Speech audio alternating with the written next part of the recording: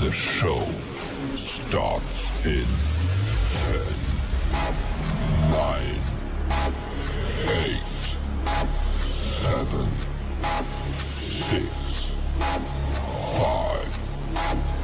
4, 3, 2, 1, go. In a world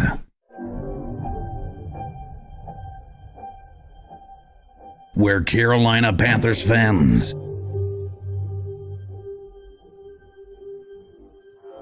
have an insatiable thirst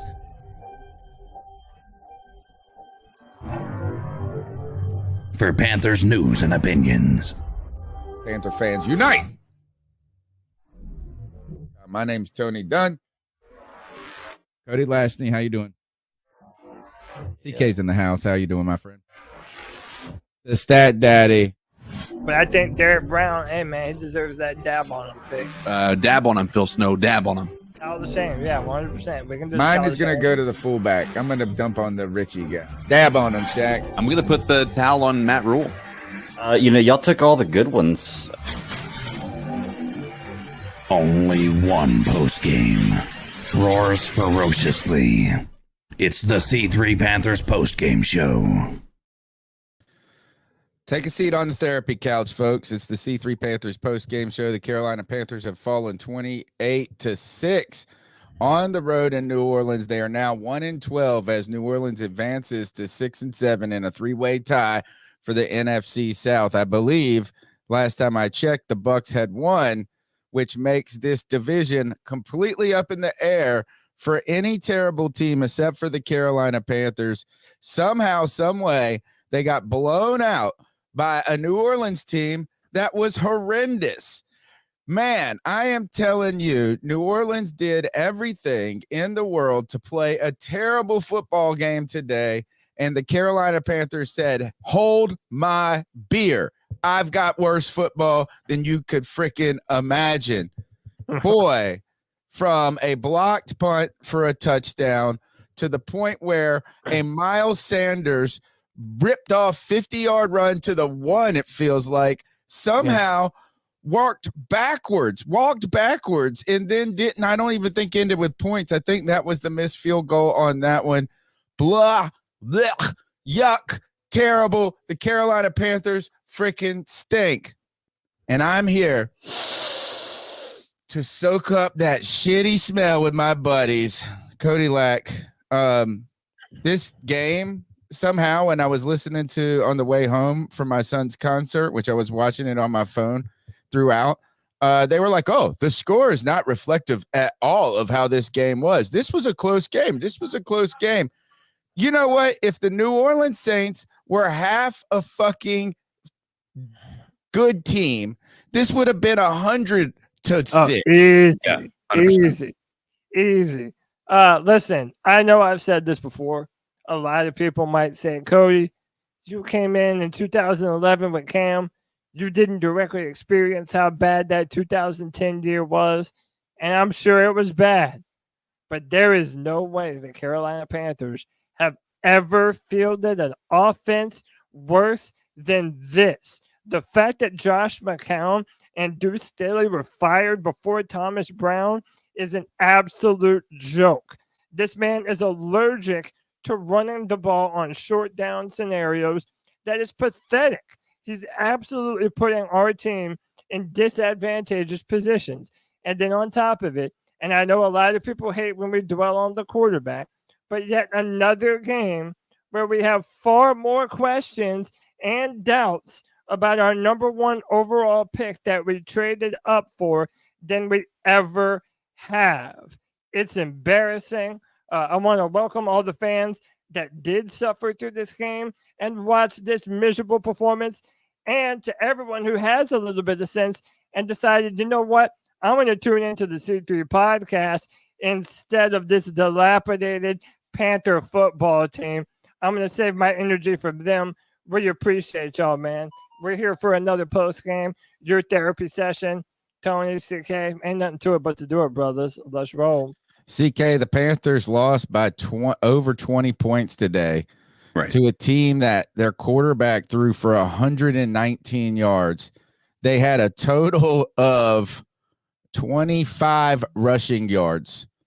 This team beat the Carolina Panthers with under 200 yards of offense as a team by 20 points. Bryce Young finished the day 13 for 36 on 100 with 137 yards. Another fumble that led to problems in so many ways. CK, this was, I don't know. The first half was so boring, dude. So boring. Yeah. And the second half was so bad. Is there a game in recent memory that was this terrible for you?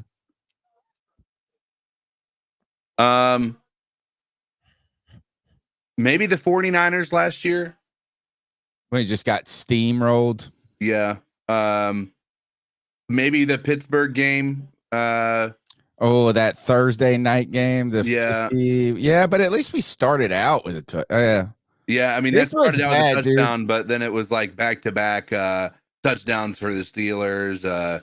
That was the Juju Smith and then was it Harrison interception? I think that one felt bad. This is the thing is we expected to be competitive in that game. We weren't. We never expected to be good.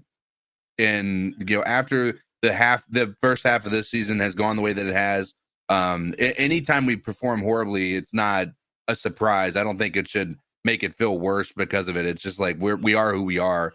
But that's just my own personal opinion. I don't think it's the worst. It's just another in the line of things that prove that our situation is one of the worst that could possibly be imagined for any fan of any professional sports team. I don't think, even going back to the Browns, going back to the Jets, going back to the Bills before they had their resurgence, I don't know that any other team has a worse situation than the Panthers do right now. All right, let's start with this. We have the David Dotto Balls Out Award later in the show where we name a player who balled out. I think we actually can point to a couple of plays that made those players stand out this week. But can anybody name a good player on this team? Derek Brown. Derek Brown. That's it. I wanted to say Brown. Not name Derek Brown. Frankie Louvu. One good play. Yeah, Frankie Louvu. But he's not been a liability at all. Well, no. Johnny Hecker. Hey, Chuba fucking Hubbard.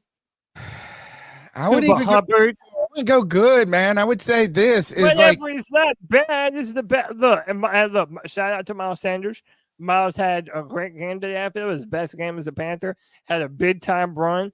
But dude, Chuba, especially early in that game, was consistently picking up yards. And then they move away from running him. It's the dumbest shit in the world. I don't know if we have one player, guys, though, that would start on another team. I don't think we do. Derek Brown is the only player. Brian Burns. Yeah, he would start on another team. J.C. Horn would be a starter. J.C. Horn played decent today, I feel. Okay. Okay. Oh boy. I mean, he didn't have to play. Who cares? All right. Let's start with this. The Carolina Panthers are horrible. Whenever you want. Yeah, let's read off the super chats and then we'll get your take on wherever you guys want to go with the game. Yeah, man. So Nirvash, man, we love Nirvash with the $20. Says Bryce's final stat line: 13 of 35, 37% completion rate, 137 passing yards, 0 touchdowns, 0 interceptions, 1 fumble. This might be the worst trade up in NFL history if the Bears get a great quarterback next year and CJ continues to be the great. And I just want to say, if that is true, and if Bryce doesn't show something at some point, either at the end of this year or next year, it is going to be talked about as one of the worst trades ever in NFL history. We're going to hear this for 50 years. And deservedly so, considering DJ Moore and Christian McCaffrey are not a part of this team because of that said trade. King Jermaine Shepard, we'll get to it. King Jermaine Shepard, The first says fans shitted on me for wanting to resign Darnold or resign Darnold for 2 more years. Stay at 9 and stick with Wilkes. Appreciate you, Jermaine. Roosevelt Mongo says the Saints got their get right game today. I said it last week after the Saints lost 3 in a row. The Falcons will get theirs next Sunday. All right, Mongo. And Jerry with the 999. Panthers are getting worse. There had been close games. Not good for all you have up, for all you trade up for the quarterback. All those good defensive players, and you don't trade to help Bryce Young. I'm telling you, more and more people are starting to have more and more questions about Bryce. And I know that this game is not all on Bryce, y'all, but I feel We're like not his getting level of play- answers though. How about No, that? you're not Is that getting- you're getting more any questions. you're not getting any answers to what that is not what you already believe. Right? So it's like if you believe that Bryce Young is good, if you believe that he's in an untenable situation, then there has been no more evidence to add to any of that stuff. You're just holding on to your beliefs at this moment because he hasn't done anything. And God bless the poor kid out there getting mugged and murdered all the time. Icky, it's just, they're all bad. The offensive line is just horrible, horrible, horrible. But there's not been any moment where Bryce Young has overcome that. And you can point to individual plays where he has overcome that in a way and done something. But and it's fine to say if you think that it's unfair for him to have to do that or be able to do that or be capable to do that, then that's fine. But it just hasn't happened. And this is a collective failure. CK has been on this train for the last couple of weeks, and I think he's absolutely right, is that this defense, while we have proclaimed it the best part of the team, is not good. And the only reason they look good is because they don't have to do very much. Teams don't have to do very much to beat this team. And I think today is a fantastic example of that. While the defense was put in some horrible short field situations, and that is untenable for them, the New Orleans Saints were freaking awful today. Derek Carr was terrible, dude. He was freaking and this is 2 games now that the Carolina Panthers have played Derek Carr and the Saints, and he has started off the game absolutely atrociously. The Panthers defense made him look stupid at times. He was just dumb at other times. But the Carolina Panthers can't do anything when these teams are letting you hang around in the game, Cody. They just let the Panthers play awful. And hey, you're like, we can come out of it. And this is the part that drives me nuts, is you're like, fuck, terrible Panthers, shitty Panthers, terrible receivers, terrible offensive line. Bryce ain't doing good. Hey, we're not that far down. All we got to do is make one drive. And they can't do it, dude. Yeah. They every time they move forward, they move backwards.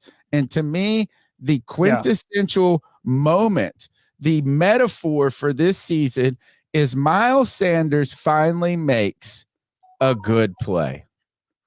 He finally makes a good play, a 48-yard run down to the goal line. And then 3 consecutive plays, the Panthers move backwards. And this time there won't even no fucking penalties. No. Dude, Thomas Brown is terrible. Everybody was blaming Frank Reich for this offense being dog shit and having no life. Well, okay, when do you blame your offensive coordinator? Like, why are we allergic to running the ball in short down scenarios? I don't understand it for the fucking life of me, man. It really upsets me because our coaches cannot stop making shit harder for this team that already can't get out of their own way. Miles Sanders finally gets you a little bit of momentum, and then you just abandon running the football. There was never a moment on 3rd or 4th down where I ever felt like the Panthers were going to convert. Why would you and how could you? every single bit of this offense has continued to get worse throughout the year. Everyone, I mean, even from game to game, you see the level of play continuously going down when you think the Panthers couldn't possibly do it any worse than the week before. And then they do it again. I'm going to continue to beat this drum that every play that you start with Bryce Young, you are hurting his further development. For this season, that means absolutely fuck all. It doesn't mean anything. It's been time to see Andy Dalton. It's time to move on to something different for the rest of this year, especially when you know that we're firing every fucking coach in the building. You know they are. Yeah. No, after the last touchdown by the Saints, we should have seen Andy Dalton in there. There was literally no point in putting him back out there. I know that you're trying to save the guy's confidence. You're not trying to cause there to be any issues there, but listen, if you believe he has the mental fortitude to be able to last in this league, you have to be able to accept putting him on the bench and letting him see how a 15-year veteran in the league is going to be able to. It's an exaggeration, by the way. It's like 12 years, but right. A veteran in this league is going to actually prepare how they're going to handle certain looks in the from the defense, things like that. Let's see where we at. We got some more super chats in here. We'll go ahead and hit these up. Jerry 999. I don't know if we didn't read this one already, did we? No, yeah, go ahead. Panthers are getting worse. There have been close games, not good at all. Not good for all you have up for the quarterback. All those good defensive players, and you don't trade to help Bryce. Vegas. Oh, yeah, we did read that one. Panthers drew. Any member of C3 could throw that TD to Mingo. Hey, that's saying something. Railroad Man, thank you for the $2 super chat. The Panthers put the FU in fun. Eric, a member, a C3 Superfan member, for just $1.99. You can help continue to build the C3 community and the longest running Panthers podcast. Over 10 years, in our 11th year now. Eric, member for 14 months. That's a real deal. That's probably from the beginning of when we started that super fan club right there. This team can eat my farts.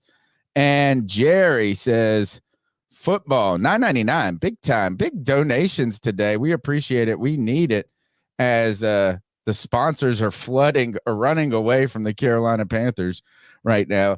Football is all about drafting, Jerry says, and trades, because there are so many players that play versus basketball. All right, football is all about drafting and trades because there are so many players that play versus basketball where there's few. I don't think we'll ever see a Bryce's potential with the Panthers. They traded a lot for Bryce.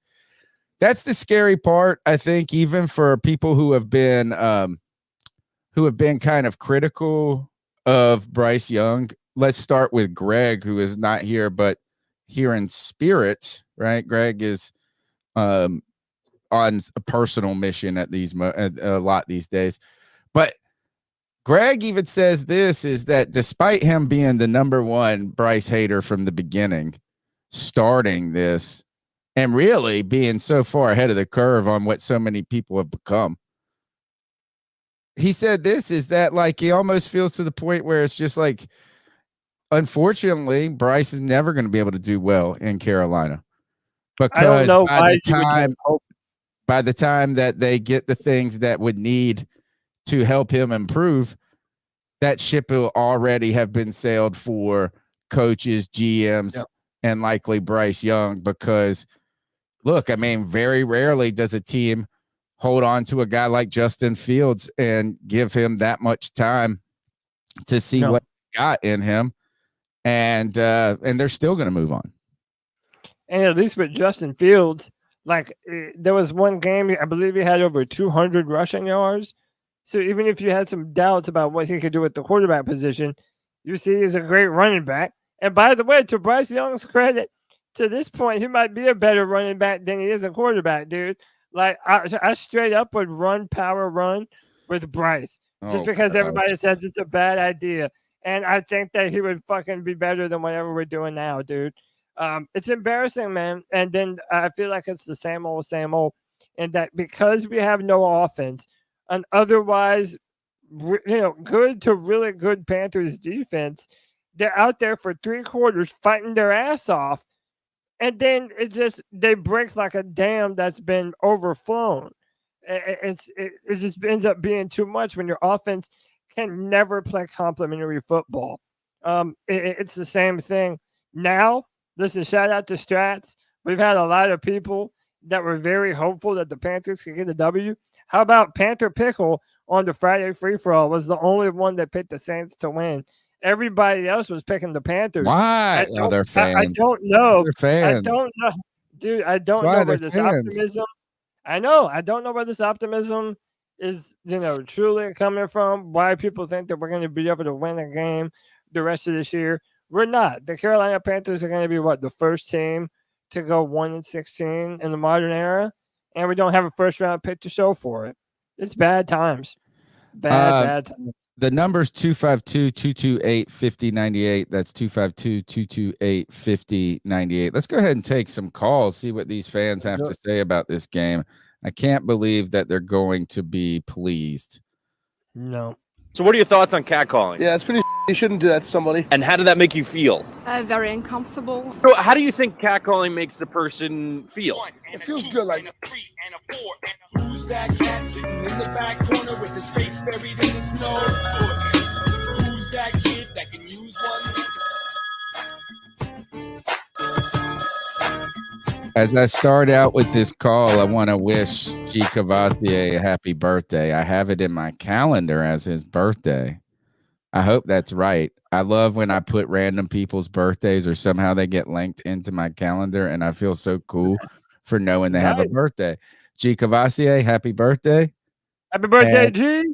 And if it's not your birthday, here's your present. You're the first call. If we can hear it. We can never hear it, Tony. Come on. Dun, dun, dun. Yeah. Maybe no one called in. Maybe everyone's acting like Hey, y'all, it's G. Cavatier. Hey, I'm keep it short and simple. Yo, Bryce sucks, man. Hopefully he'll be better next year. I mean, he showed some good plays today, but them deep passes he did earlier, those receivers should have caught it. Either he's thrown it too far, or you don't have the wide receivers to catch. Our team is horrible. I mean, the game is still going on. It's the fourth quarter. It's 5 minutes and 54 seconds left. It's 6-21 Saints, but we're not going to win this game, y'all. It's just a pathetic season. And you heard it first right here. We need to get Thomas Brown the fuck away from Carolina. Like, for real. They need to fire his ass and let Jim Caldwell call the goddamn plays, man. Because Miles Sanders did that damn amazing running play, and then they kept him in at the goal line. Why didn't they put Chuba Hubbard in? Why are they still playing Miles Sanders? I don't know, G. We didn't score off that shit. We didn't score a touchdown off that shit. Shit makes no damn sense, man. But anyway, y'all, give me your thoughts on that. Keep pounding. Let's start out with those two first passes, missed passes down the left sideline, or it looked like the left side, not the back sideline, to start the game. Bryce Young overthrew, I guess it was Mingo on the first one. Yeah. And Steven Sullivan, I think. Sullivan. Sullivan. Steven Sullivan. Or Rick Rose. Yeah, I think that these were just failed connections. You know what I'm saying? Is like right look, right read, worried about the safety coming over the top, and helping, trying to put it in the window, but not feeling, just not being on target with the actual receiver. CK, what's going on with Bryce Young? I think it's a combination of everything. I think when you look at the receivers, even if you look at that both Mingo overthrows technically, he's not a very fast receiver. He might have been open, but he was not very fast. The ball was maybe 2 yards out in front of him on both of those throws. I would hope that that's something that he could, shore up and hopefully fix throughout the season with chemistry with him, but that clearly hasn't happened. And I think there's got to be a shell shock nature to this, right? I think that they're probably telling him he's got to do something a certain way.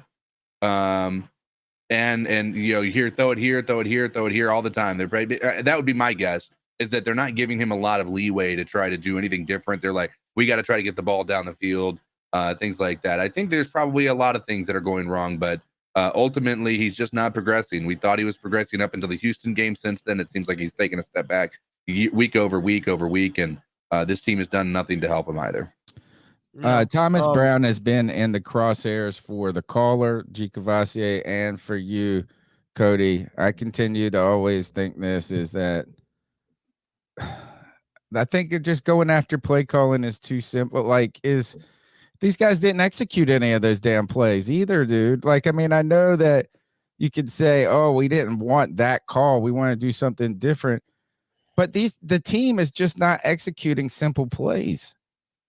Like, even every fourth down. Well, first of all, this is another reason, because we had to throw basically 4th and 10 or 4th and 13 on our own 20 late in the game, because there's no reason to punt the ball and lose. But, at least you want to try to get a score. Even the Blackshear throw, which was right, he fell down. Like, nothing is going right. So it's like, is it fair to just say Thomas Brown is the biggest problem here when these guys just can't pull off simple plays? Yes, I think. Well, I wouldn't say I don't know if I can say biggest problem. I think his play calling. I think his play calling is incredibly suspect. The decision to go into a passing play, or even running out of the shotgun formation or the pistol on short yardage situations, it continues to haunt this team as we move forward. What looking at this, I'm going to rank our biggest problems, right? Number one, coaching. That's our number one issue. Thomas Brown, from the offensive perspective, has not done well. Campen isn't getting this offensive line doing well. Obviously, our wide receivers coach isn't doing a great job of getting these guys to have sound technique and trying to route run and all that stuff. And then on top of that, you add in the quarterbacks coach. Obviously now our whoever Parks is married to Carleen Can or Caroline Can. I think it starts there. I think Bryce Young not elevating the talent around him is still a question mark. But the offensive line and Bryce Young, I think, are equally responsible in here. And then, well, I think, the wide receivers dropped. I mean, you mentioned the receivers too. There's nothing There's nothing. There was so many. That's right. It was an embarrassment of errors. It was like a Three Stooges movie. Everybody's clonking. At least we didn't have a lot of penalties this week, though. No, I mean, I felt like the game was decently officiated for the most part. But everybody's so bad, man. The offensive line, dude, it is the most abysmal offense that I've ever had to watch. And look, I know a lot of fans that are in the cat calls, that are in our chat. They say, man, I gave up on watching it. I'm a bit real. I feel obligated to watch them. Like, how am I going to come up here and do a Panthers podcast and not be able to talk about what happened in the game, man? I can't. It's so painful, Cody, that I can't turn away either. So I try, because I can do split screen on my TV with multiple games. Same. And I try to watch the other games and flip around, but it's so small. Like, you know what I'm saying? It's hard to even pay attention. So I just end up turning it to the Panthers game to focus on it, because we're going to do this show. And it is freaking miserable, dude. It's rough, dude. It's fucking miserable. It's a fucking, you know what is good news, I guess, for people who are rooting for the Cosmos to align and Bryce Young to thrive in that universe, in that parallel universe right now. CJ Stroud and them got creamed by the Jets today. So there's a feather in your cap right there. Well, the only thing that I say about that is, yes, he was going up against the Jets.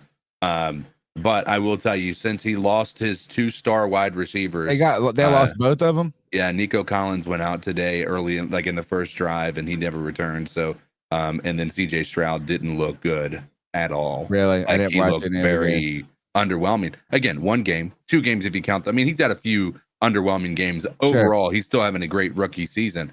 But I think it further. I think it almost strengthens the questions of how important having weapons around you is. And not having his weapons and going up against the Jets defense was a backbreaker for that team, and it ultimately got him hurt. Sadly, My though, we question- haven't I had to have a play question. Jets defense, or not. Sadly, we haven't played really good teams, though, man.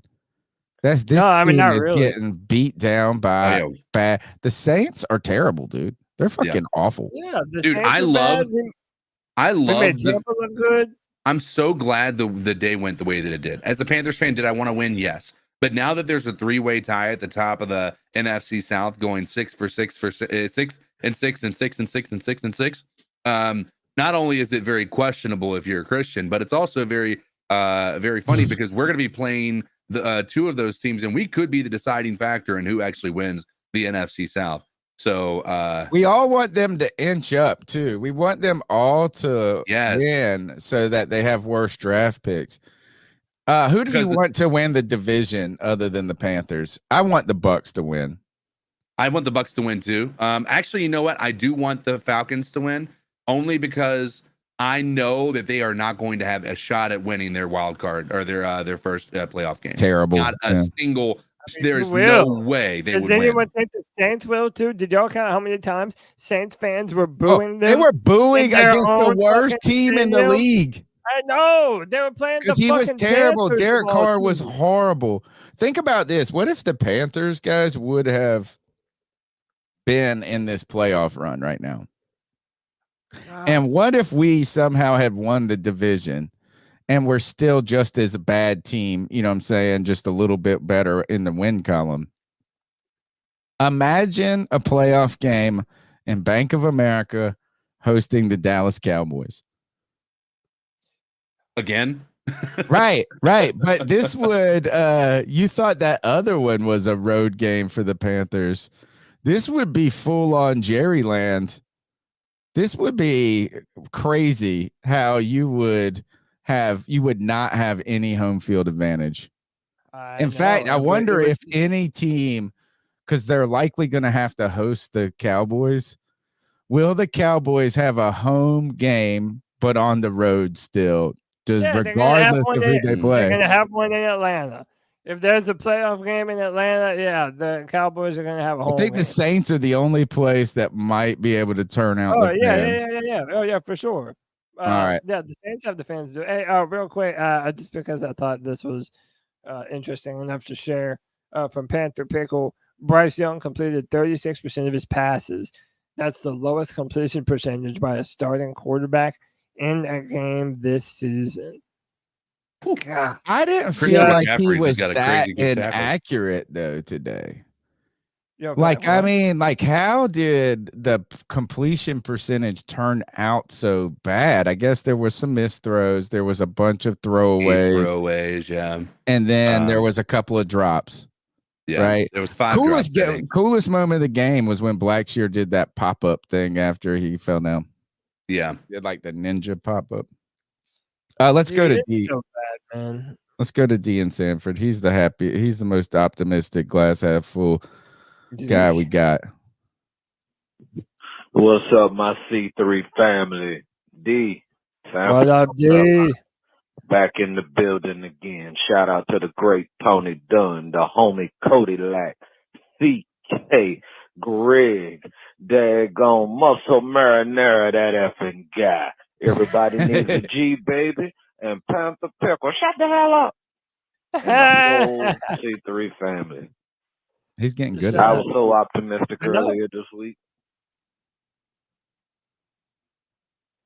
And I felt like with good reason because the Saints did not play good football today. But guess what? We didn't either. Now, we took the special teams coordinator, made him the interim head coach, and then special teams go to crap. Like 2 missed field goals, a blocked punt. So now where do we go? You see what I'm saying? Like, I felt like the defense, even though we didn't do that great of a job early stopping the run, we were solid. And when you're not that good of a team, you kind of got to bend and not break if you can. Fourth quarter, they broke. And lack of offensive production. And I still feel that the play call, even though you want to prove that this boy can push the ball down the field, let's just be quite honest. DJ Chalk, he's just bad. He's trash, I dude. mean, and let's be quite honest. I hate saying that. Bryce missed a couple, Mingo deep.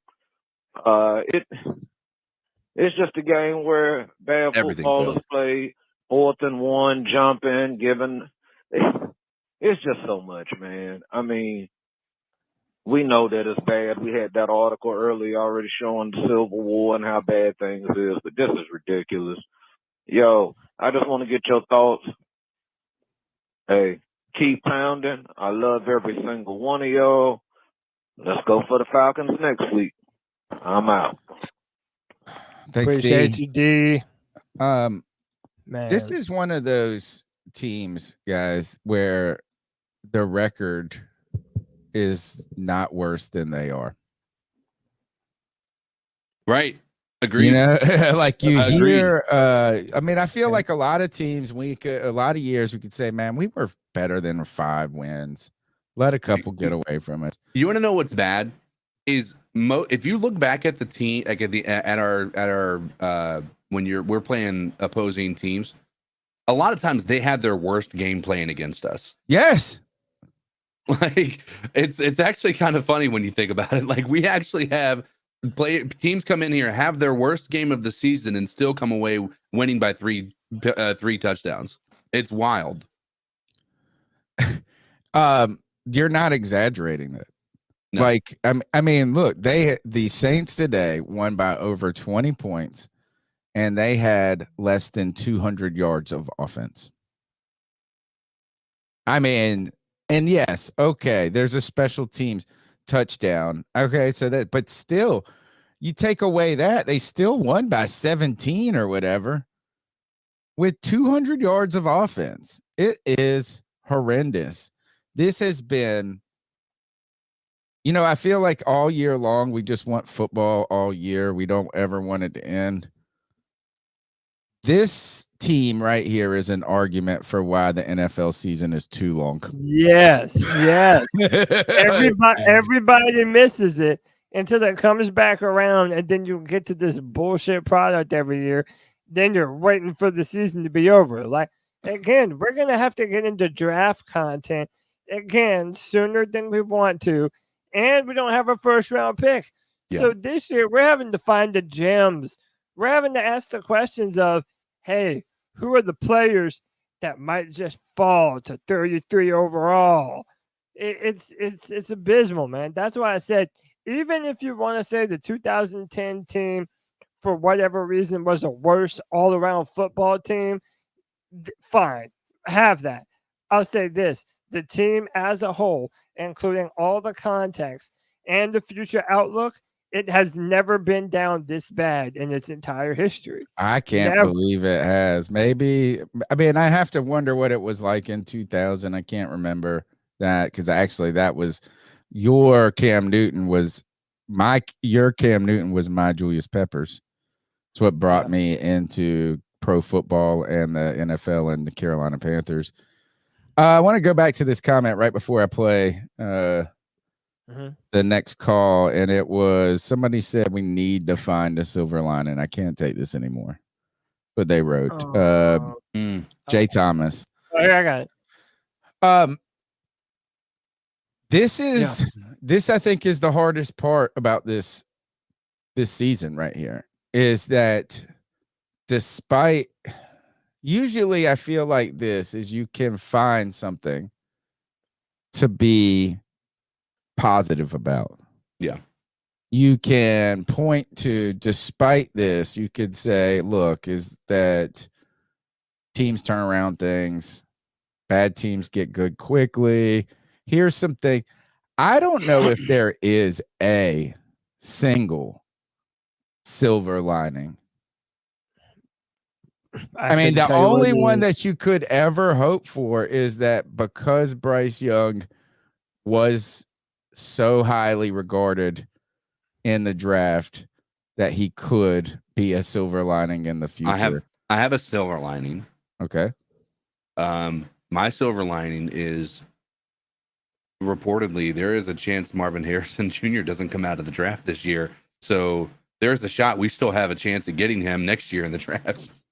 Yeah. in the next draft, 2025. Yeah, again, you better hope that next year is a top 5 pick type of season. Yeah. I mean, right Well, now, it's not going to be any more. I mean, right do we now, I have could any? not imagine a team, anybody being able to do enough to this roster in a single offseason that's going to get you Yeah. more than 5 And wins. like, That's what I was gonna say. where did the weapons come from?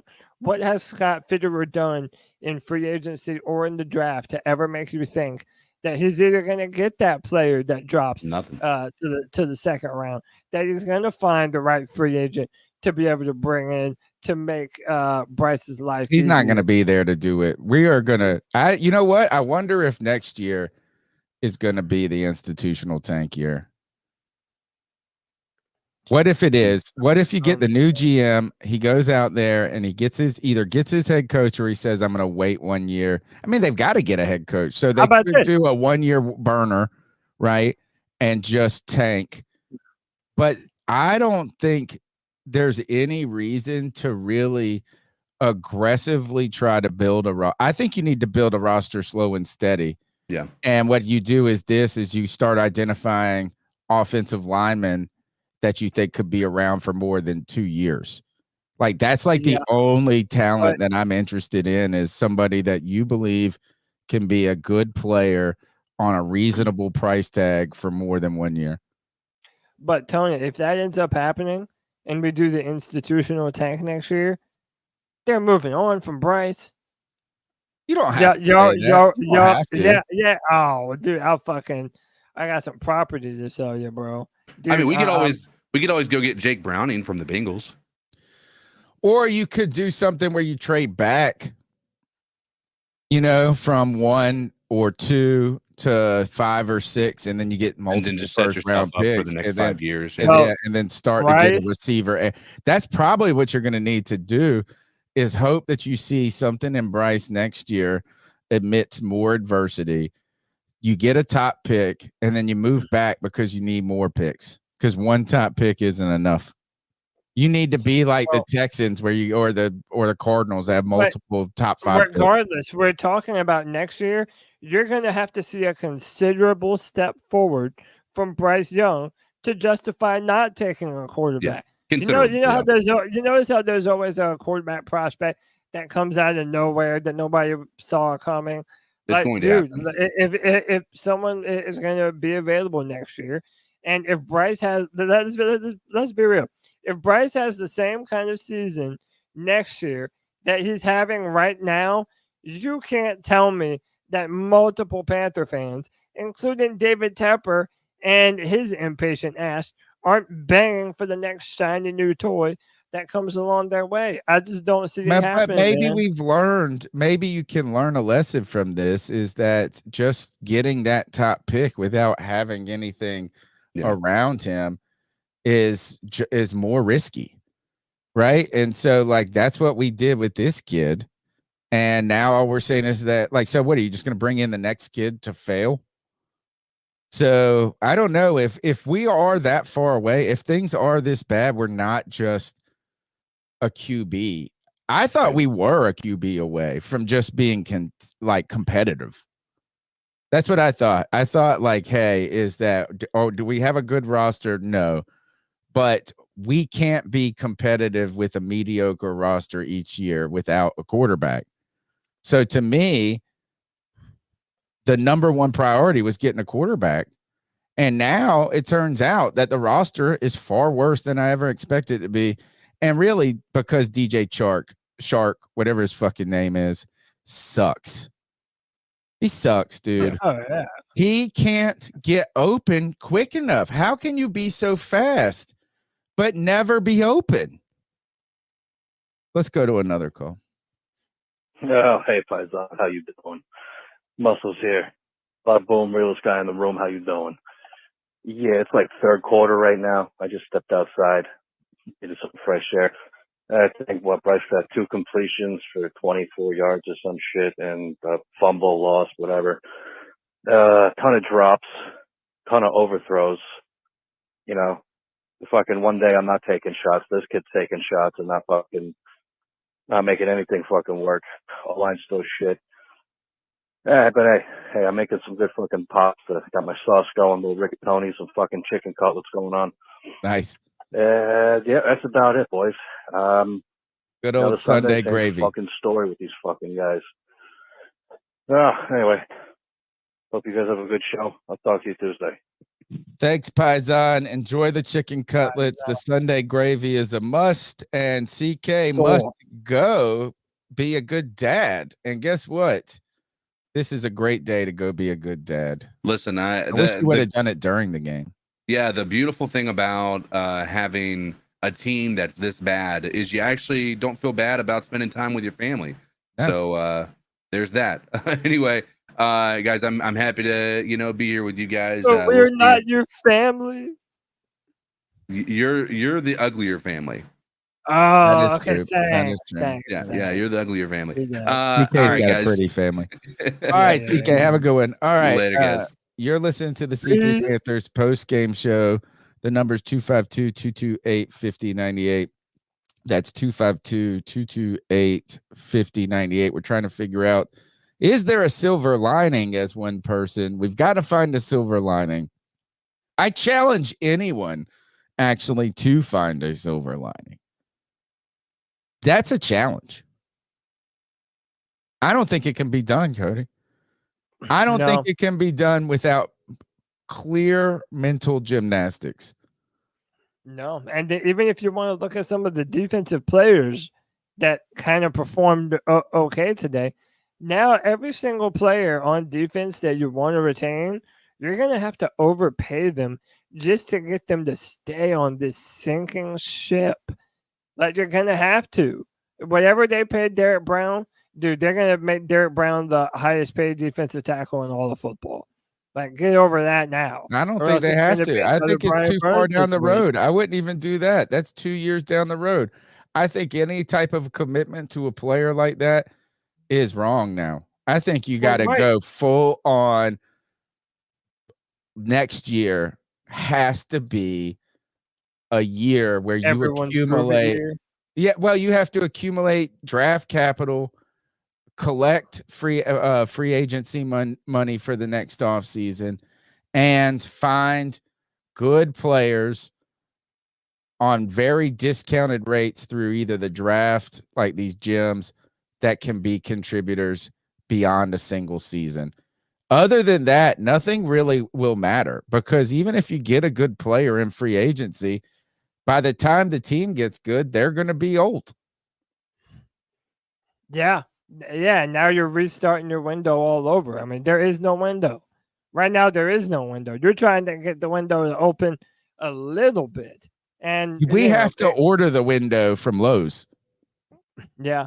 And again, it's just when you're moving up to that number 1 overall pick and you don't draft the biggest arm talent, you don't draft the biggest guy, you don't draft the best runner, you literally drafted a guy that has no elite physical traits, and now you're in a position where you can't even rely on any of those physical traits, not only because he doesn't have them, but he's the type of quarterback that it's going to take a while to build around him. You don't have a lot of draft capital to do so. It's tough, man. And Tony, I really do think next year is going to be a very important moment for a lot of people in this organization. Or else, you're right. This is going to be a 2-year tank that started this year. Yeah, I think it has to start. I think you have to give that GM the leeway with that coach to say, this is how you can't succeed with this situation right now. So we're going to go out there and tell you from the get-go that this is going to take 3 to 5 years. I don't even know. Imagine them saying those words aloud. Yeah, the whole thing is sickening, man. The whole thing is sickening. And by the way, like, I feel like every game they're getting worse. Tony, did you know that we rushed for 204 yards today? Best rushing game of the season, I think. But we couldn't pick up a single yard when it mattered the most. Right. Teams know what you're doing. We are choke artists. with choke artists. But All right, goddamn, even if you're running the ball effectively, they can know you're running the ball, and I'll still do it if I'm thinking that my guys are on a roll and that they're having success doing so. Like, I would just make them sell out to stop the run the entire game. I would force this team to run the football at all costs. It couldn't be worse than anything that we're doing otherwise. There's no point to ever pass the football in this offense. It's so bad. Let's take another call. Gentlemen, I want to talk about the best thing Scott Fitterer ever did. Maybe the only good, smart thing Scott Fitterer ever did. That is drafting Chuba Hubbard in the 4th round, the 2021 NFL Draft. Would you believe that Chuba Hubbard is the 9th best rusher in Carolina Panthers history? And this guy has been reliable, he's been durable, he's not turning the ball over.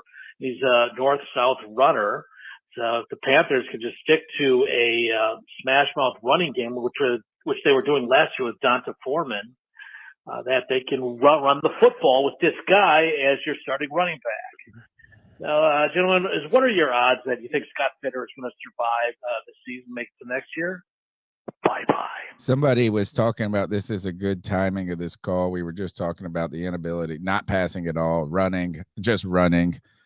But when the team knows we're gonna run, we don't get to run the ball well. Like, is like the only time we run well is like when these running backs make like an exceptional play, to be honest. Like, it's not like we're just road grading 3 yards. These guys are leaking into that, making really good reads. In fact, Chuba Hubbard, like you have mentioned, is having the best. He's our best offensive player right now, and he's also having his best season. Chuba is motivated. If you saw him mic'd up last week, he wants to get better. He's sick of losing, and he's feeling himself. I don't know, though, if you can. I mean, I guess if you're institutionally tanking, you just bring back Chuba next year and Miles Sanders and just run it back. Is Miles Sanders, there's no way you can get out of that, is it? No, I mean, and he's people want to say, oh, maybe he's healthy now. Remember, he does. He looked a lot faster today, didn't he? And he was making people miss. Like, that was the guy that we thought we were signing. The guy that did that. Yeah, like Miles Sanders played his best game as a Panther today, hands down. Yeah. It's not even debatable. But again, you have success running the football, and then in the make it or break it moments, you pass the ball. And you know that you can't pass protect, man. You know you can't leave your left tackle on an island. You know your wide receiver. You can't even leave him on a peninsula, dude. No, he's so bad, Tony. He's not a left How is tackle. he getting worse? It's the same thing with Bryce. I think the longer that we leave him out there in that position to fail, the more it's just a compound effect. Ikem Ekwonu is not a left tackle. He is a guard. And the only way you're going to get a return on investment on Ikem Ekwonu is to move him. It's literally the only way. And by the way, I've been a big proponent of Brady Christensen playing left tackle. Well, we all better hope that Brady Christensen can be the left tackle next year in the final year of his contract, or else we're yet again looking for another person to play that left tackle spot. You know who is hoping that too? You know who's hoping that more than anybody? Brady Christensen. Oh, yeah. Think about how much, if he can go out there and put some good tape out at left tackle, think of just how much money his salary increased from going to guard to tackle. Oh, even if they franchise tagged him, like for 1 year, dude, a franchise like that alone. From left tackle, dude, and he's a 3rd round pick, so he's not making shit comparatively. Yeah. Hey, man. James Allen. James Allen, the Panther with the 199 says, "Yo, I'm in New Orleans for the game. We suck. No doubt about it, James." White Chocolate Espresso with the 199 says, CMC for Carr, 75 yards. Great job, Panthers. Kind of confused by that one a little bit. CMC for Carr. Oh, 4 carries, 75 yards. Oh, I got you. oh, okay. I was thinking Derek Carr or David Carr, whoever the fuck he is. But he put 2 R's. I blame Kevin as always. Yeah. James E said the Bryce approach has to change. Bulk him up and rely on his running ability more. Passing will be secondary. That's the only way we survive. Look, you might think I'm joking, Tony. I'm fucking not, dude. Run the fuck out of Bryce. Dude, literally run him like you would Josh Allen. Fucking Shut do up. it. Fucking do it, dude. That's the dumbest Why thing not? I've ever heard. He's not Why? fast enough. Dude, He's not fast dude. enough. He is just not fast Sneaky enough. fast. I'm sorry. No, he's not sneaky sneaky fast. Yeah, He's not sneaky fast. He just Yeah, isn't he is. immobile. No, he is on the verge of getting caught every moment he runs. Dude, I'm running He is him this. on. I think this, and this is look. We're gonna debate the draft stuff forever on this podcast, right? Particularly until the Panthers get good, right? Because the draft then is always going to be more important than it should be. But as you continue to talk about, as we get to a draft time where people look at they say, look at the tape. The tape never lies. The tape never lies. Tape, film, film, tape, tape, film. And then you look at these physical specimens who shoot up in the combine because of their just raw athleticism. Is that in the NFL, you have to have both. Yeah, you and can't. also, I mean, you got to have a good tape. You got to be a good player. You got to be a difference maker. You got to be elite. And you have to have the physical traits, because when everyone is in the 1% of 1% and you're not physically gifted, you're not special. They're all smart. They're all fucking great at they're all pros. They're all pros, dude. Like, so yes, 100%. and what I feel like is, and again, I hate to just make this about Bryce not being happy and pleased with him, is that even the moments that he took these shots downfield today and the ball's deep to, it's like, oh, well, he's got no. It just doesn't look. It looks like a college player, dude. Yeah, and one of the things He looks that like I've a been college saying, quarterback to me. and one of the things that I feel like people are having to learn the hard way, Tony, is that the best college player isn't necessarily the best NFL prospect. Yeah, was Bryce the best quarterback in college? Maybe he was, but he was never a better prospect in the NFL level than a CJ Stroud or a Bryce Young. It's just brass Then tacks.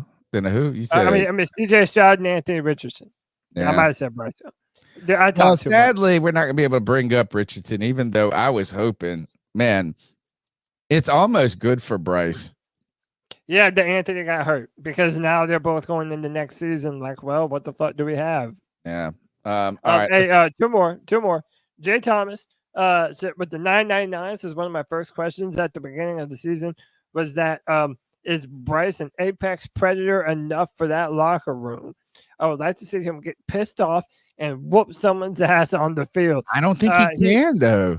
No, I don't think he can get mad right now when he's not playing well. Like, dude, I think that whenever he's been mad in his career, he's always had an adult or a coach just saying, Bryce, behave, control yourself. Like, you have to be willing to piss people off. But if you're going to have an attitude, that goes with the territory. Yeah, some people might get offended that you're mad, but oh fucking well. You're the leader of the football team as the de facto, you're the quarterback. You're the de facto leader. You have to be able to tell your teammates shit that they don't want to hear, and you have to be able to hold yourself accountable. So I agree. I want to see more emotion from Bryce. I have not seen that. Okay.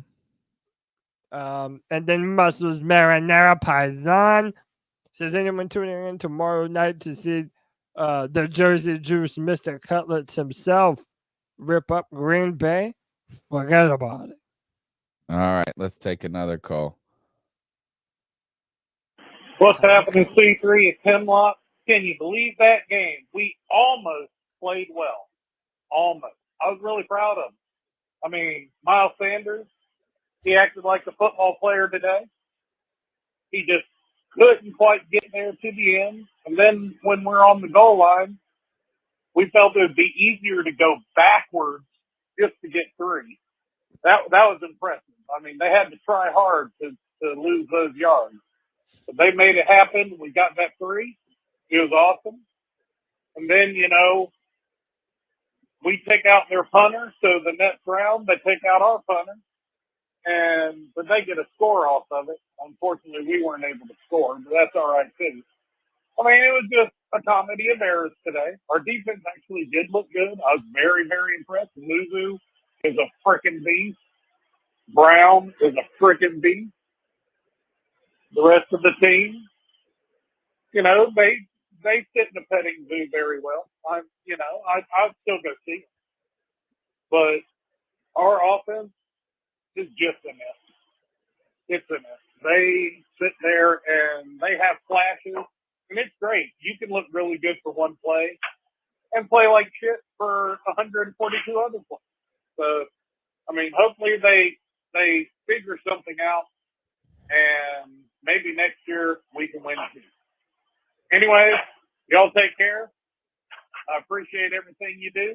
See you on the flip side. See you on the flip side, Tony. I sure do appreciate all those people that choose to be positive in the face of all this, man. That, hey, maybe next year, hey, maybe, man. It's getting harder 6 seasons in, right? Like, at what point do we flip and we turn into just complete pessimists for the rest of our sports lives, right? I mean, we're probably pretty close. We're probably 3 or 4 seasons away.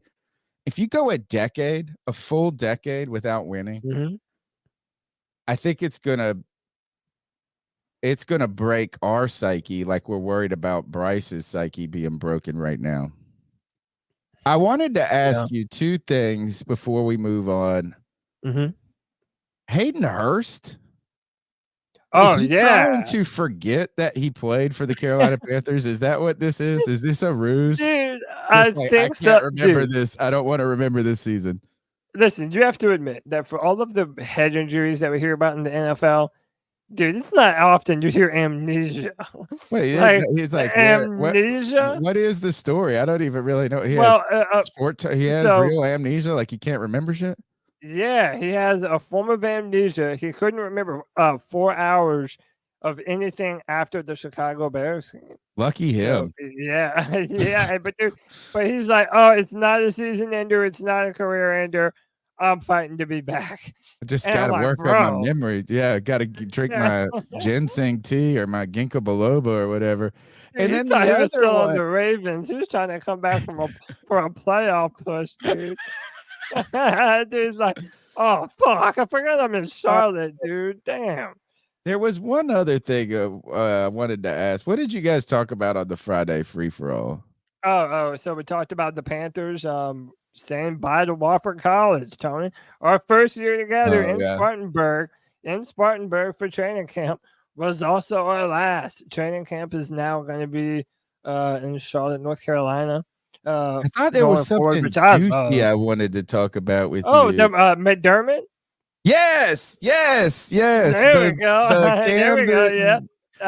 I put him in the thumbnail too. How about this? I love this. Is that Sean McDermott has to go and apologize to the world for making a metaphor about how the Bills are like terrorists on 9/11. Dude. And I really just want him to apologize about the Cam Newton thing. I don't give a let's talk about the shit that really pissed me off now, Sean.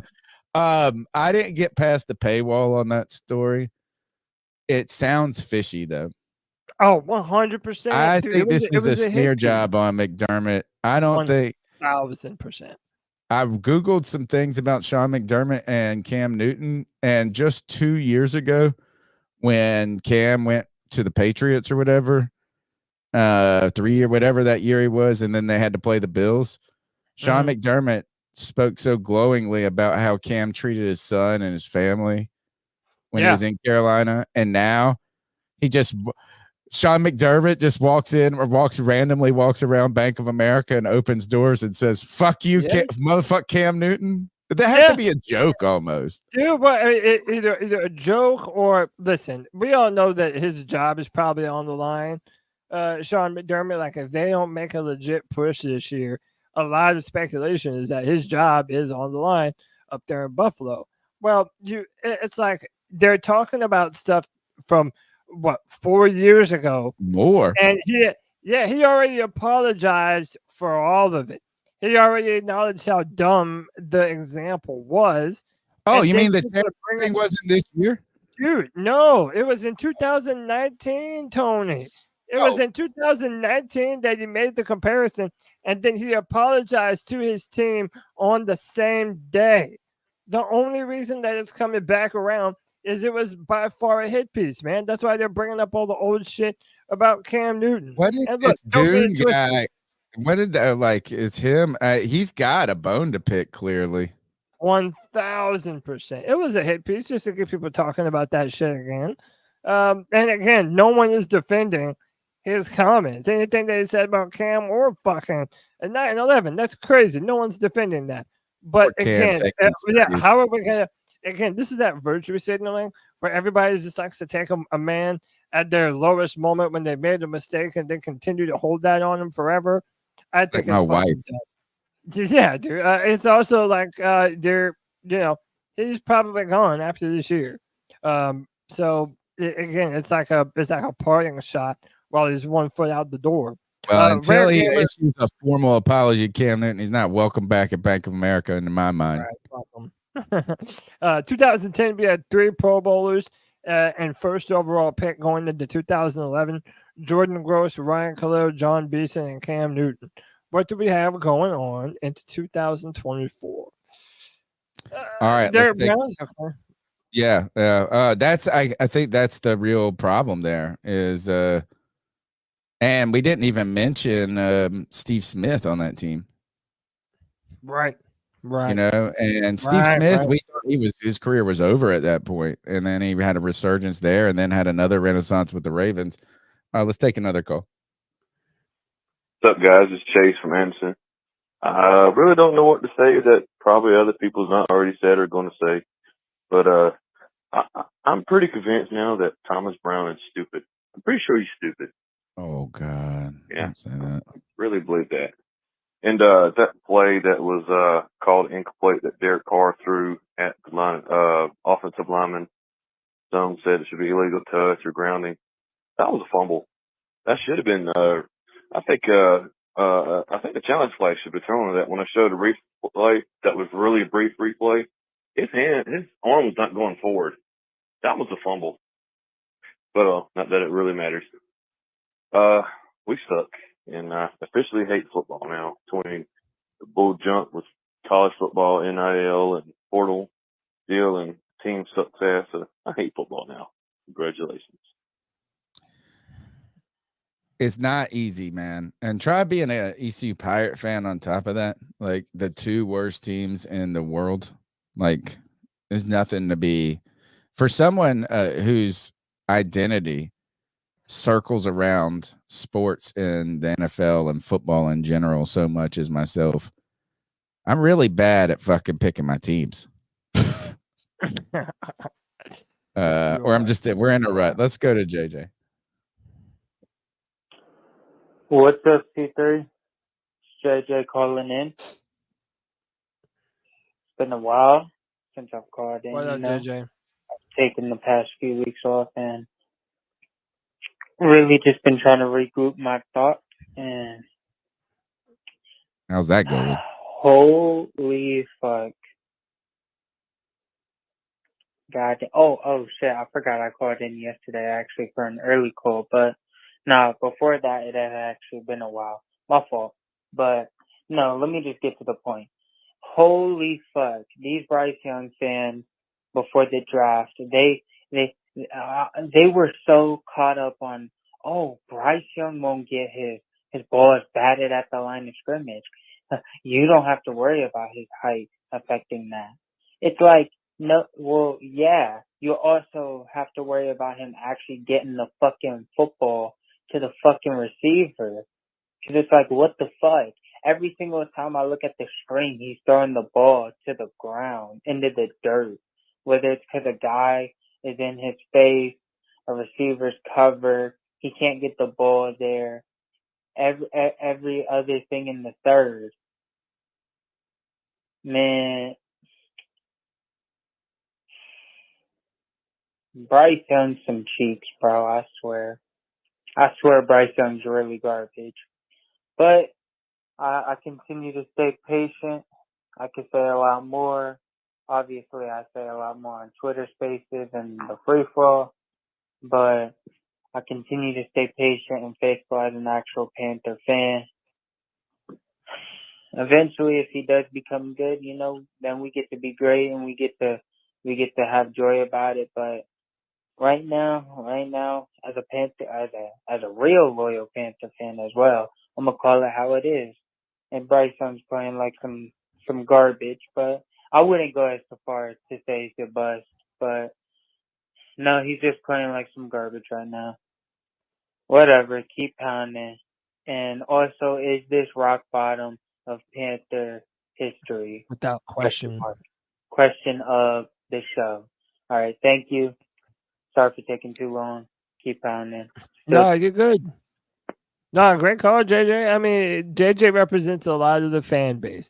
Now, JJ is an Ohio State fan, so he wanted Stroud, but he was also optimistic about Bryce, like many of us were. And like we said to start the show, Tony, there's more questions about him than there are answers. And none of the questions ever get answered, and you just continue to get more questions. But there's more questions about his drive of the football on downfield throws, his ability to see the field, even some ball placement stuff. And again, this is all stuff that we thought you would draft him because he's advanced in that area. So it's upsetting, man. It's upsetting, and we're gonna continue to go through this. Like you said, Tony, we're not done having this conversation well into next year and potentially even 2025. Yeah, we got 18 months at the very minimum of having this conversation. More controversial than Cam. Who would have ever thought? I could never have forecasted that for different reasons too. But when it comes to Bryce, I mean, obviously we've there's a sunk cost in him that we need to not be patient necessarily, but do everything we can to hope that make this investment work. Right. That means reinvesting, waiting, whatever you got to do. But here's the thing is it kind of stinks that we stink so bad because it gives a bunch of reasons to say that Bryce, it's not Bryce, but every week it's harder for me to not say that he's not like that. Just like, I feel like he's part of it. And then we're in that rock and a hard place where we do a podcast, and inevitably, if we speak our mind about Bryce, we become known as the anti-Bryce people. So it's like, dude, you're damned if you do, you're damned if you don't. Here's what I will always say. C3 Panthers podcast is for the fans, by the fans. We don't tell anyone how to be a fan or what opinion to have on this team. Everything is accepted. If you're still wholly believing that Bryce Young can be the future quarterback of this franchise, man, I hope you're right. I'll pray every night that you're right. But everyone also has the right to say, Bryce is looking like an absolute bust through this point in the season. And they're not wrong either. And they're allowed to say that. I think some people are saying cut bait right away. This is too much. Doesn't matter. Don't worry about the sunk costs. If it is that the case, then we actually just need to start him next year. And if he's not getting any like noticeably better, then he will help us our goal. Yeah. Let him drive it to the ground. Yeah. Let's go to Anthony in Charlotte. What's up, C3? It's Anthony from Charlotte. Another day, another loss. Man, we have hit complete. We are the lowest of lows, man. I sat through the 2010 season. This was not nearly as bad Just absolutely terrible, man. Bryce Young doesn't look good. People are still arguing this. Both things can be true. Bryce Young has been bad. The team has been bad. It's almost like there's someone open, he overthrows them. Then when he puts a ball on the money, they drop it. It's just so frustrating. And like, this team is just uninspiring. Thomas Brown's play calling, yeah, he's not going to be here next year. I know he's a young guy, but he doesn't know how to call plays in situational football. We ran the ball amazing. But guess what? When it's 4th and 1 or 3rd and 1, you're still running pass plays. You're running 4 verticals. Why are you chucking it up on 4th and 1? Yeah. Why don't you It's just so go stupid, Ant. a little out route, something? It's just like, it's disappointing. Derek Carr had, 80 yards today? Like, Jesus, dude. Thank God we didn't sign him. Thank God Frank Reich didn't get his choice of the quarterback, or Derek fucking Carr would be our quarterback. Anyways, I'm just going to be bold with this. I've been known as a Bryce Young fan, but I'm sorry. He's not going to be the quarterback past 2025. And I bet he doesn't even want to play here anymore. This team has broken him. And Scott Fitter, I hate you so fucking much. You set up this horrible ass roster. And again, nothing is going to change until David Tepper decides to change. This is absolutely embarrassing. Absolutely embarrassing. I mean, shit.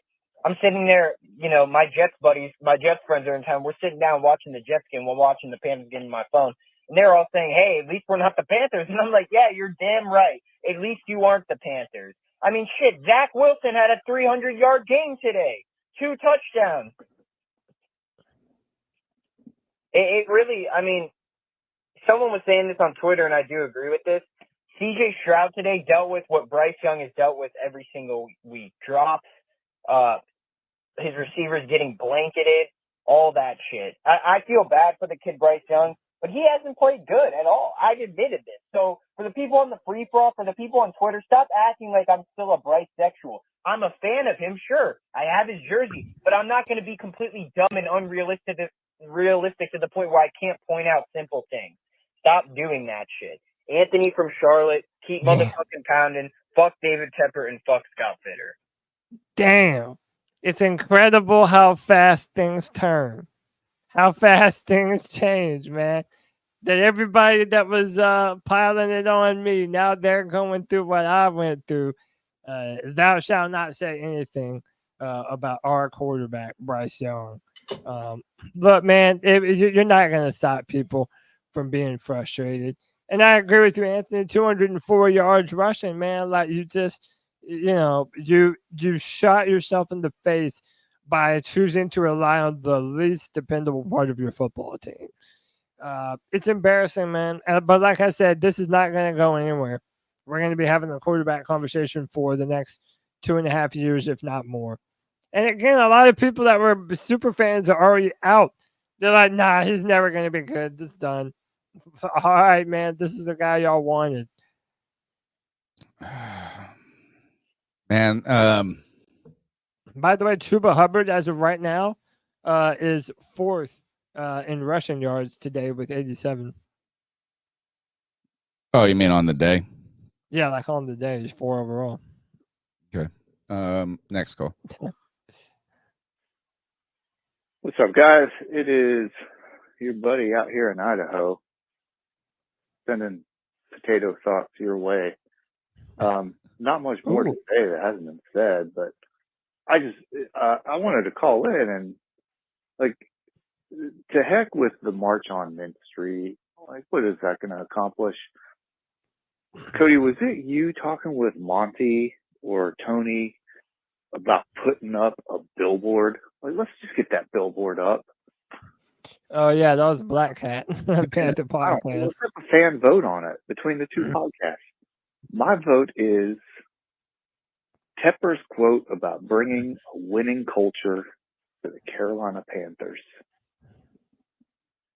Bless his heart. Thank you so much for bringing this winning culture to the Carolina Panthers. It is a shit show in that office. We are the laughing stock of the NFL.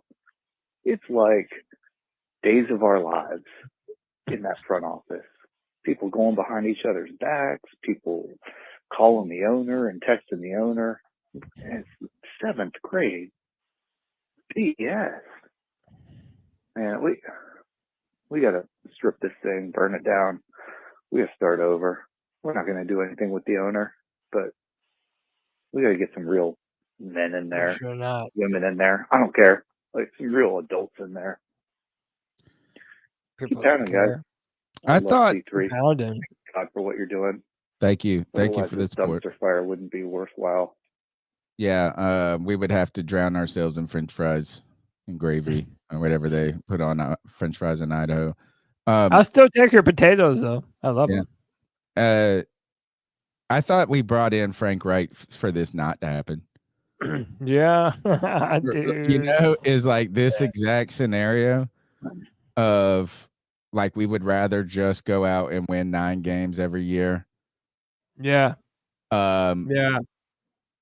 Just Tell get it- like is that this was the exact shit show that we didn't want to have with a new coach, with a coach who had never been a coach before, with a rookie quarterback. Everything that we hoped wouldn't happen came to fruition.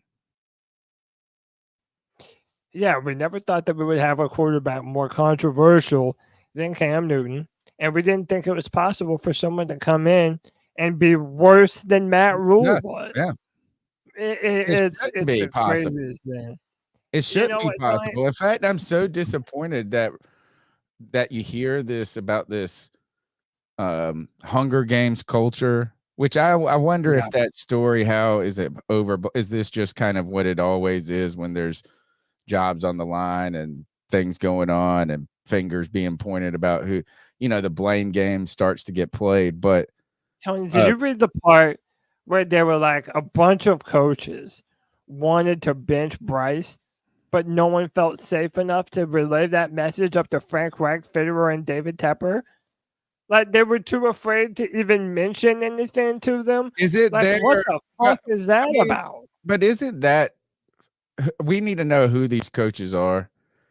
That's what I'm saying. If they're not like upper level offensive coaches, then they shouldn't be able to go voice those concerns to Frank Reich. Like if you're the DB's coach and you're like, we need to bench Bryce.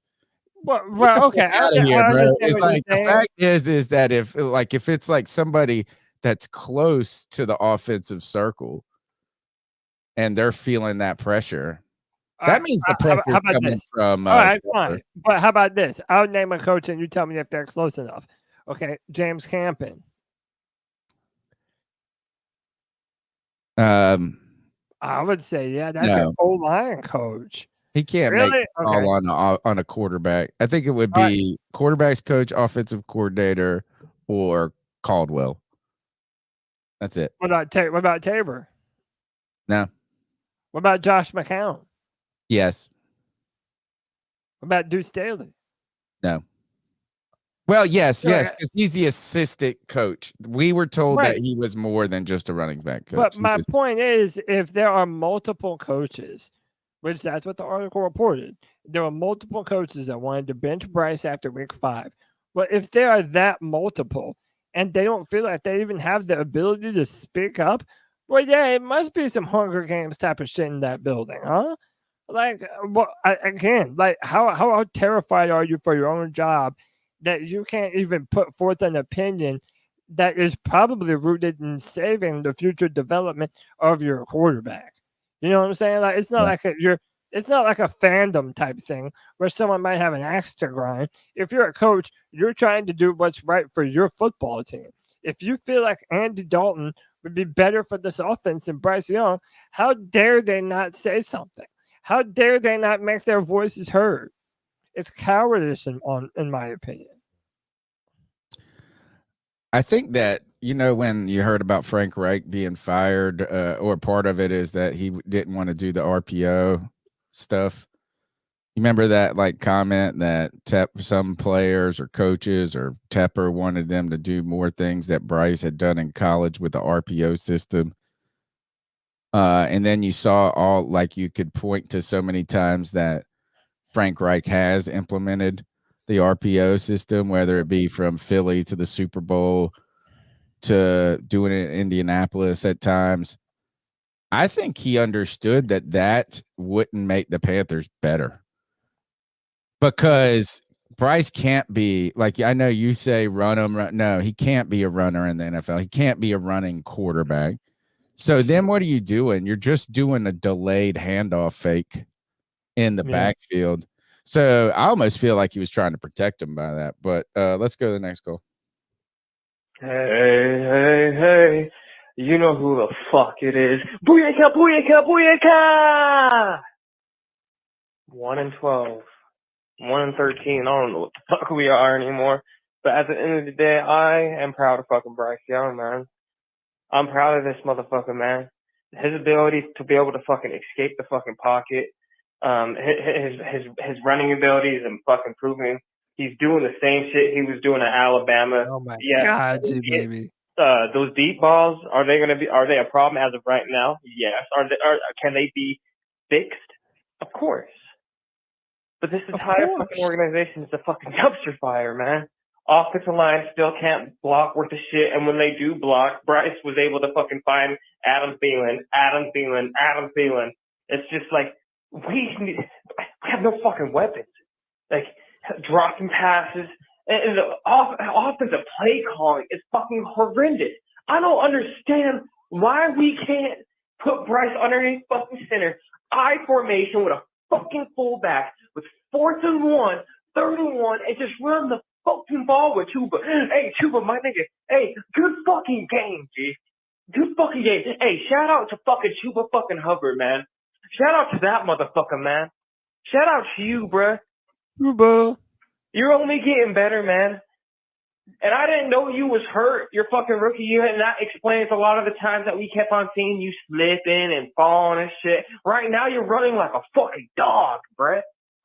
The fuck did we sign Miles Sanders for, man? And see, that's another mistake, but we ain't gonna get off topic because we already know. He had a good game today. This team is fucking trash.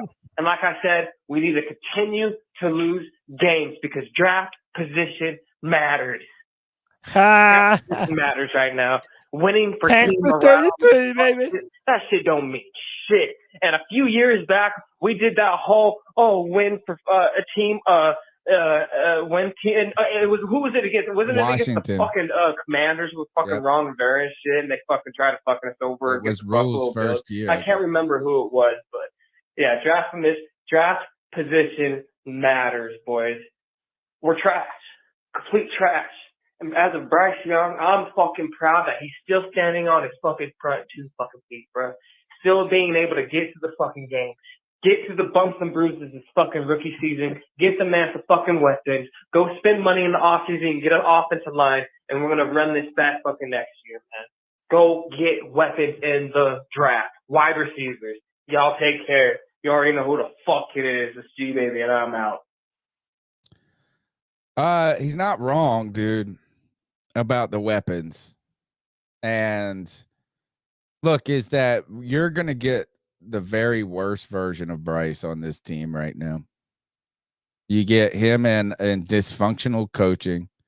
You get him behind a dysfunctional offensive line who starts a different guard every single week of the season. And then that guard gets hurt on the first play of the game, Justin McCray, which they just brought back. Yeah, and by the way, I don't know if you noticed, it didn't even look like it got hit. Like they made it seem like somebody rolled into it. Don't want to play. Yeah, it's like, dude, why am I even here right now? Fuck this. Yeah, that's wild, man. You got one guy faking amnesia to get out of this. Yeah, he went and got a brain. He asked the men in black that flashed that thing on him. Yeah, dude. And you got another guy that just said, you know what? I got out, played a snap, gonna get paid for this game. I'm going home. Dude, I maintain the only reason that he came back, he forgot that he wasn't with Baltimore. Yeah. Like it was like, oh, fuck. He started looking around and he was like, you know what? Yeah, my head hurting still. It's like, Hey, didn't we used to wear purple? Like, Where's that's kind of Lamar? wild. This guy's so small and slow comparison.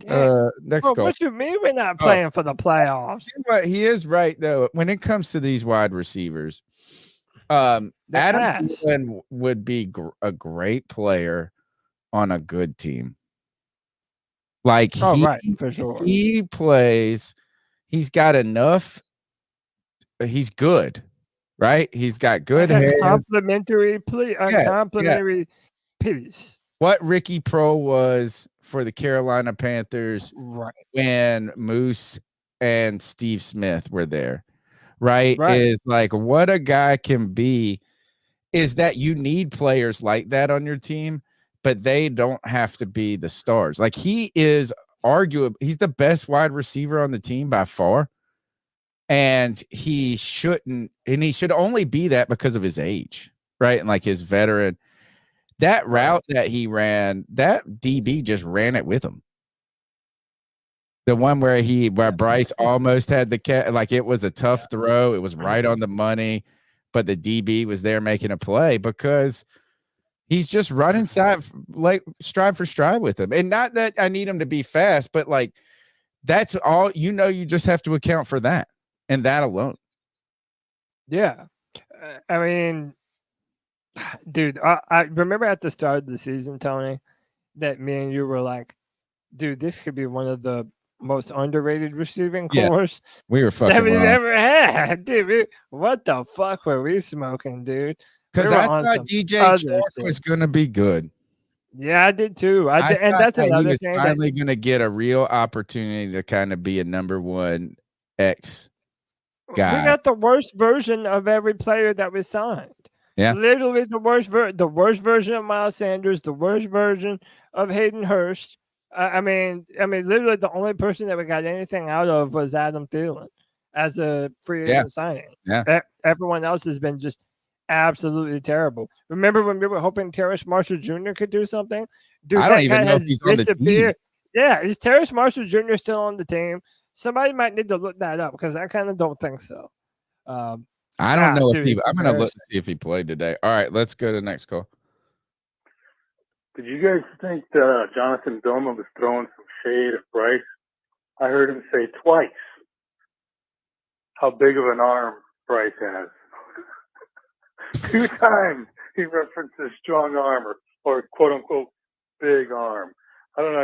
I just felt like that. Like he's either dumb, not watching film, or more likely throwing shade. Or he's just, you know what? I don't think he dressed today, dude. He was a healthy scratch. Marshall. Well, I don't know if he was on the injury report, but I do not see his name on the roster. This is all Sharp, Wormley, Thomas, Sullivan. It's in alphabetical order. Marshall, he should be after Cade Mays. Wow. He was not activated. He was on the sideline. Oh, yeah. It says not active. Yeah, he was out. Not active. God, but is that because of an injury or just not active? I don't know. How about he's irrelevant. Yeah, how about this? On a wide receiver core filled with a bunch of irrelevancy, he still remains irrelevant. That's pretty fucking bad. How about dude. this? God, I wish we had Damiere Byrd.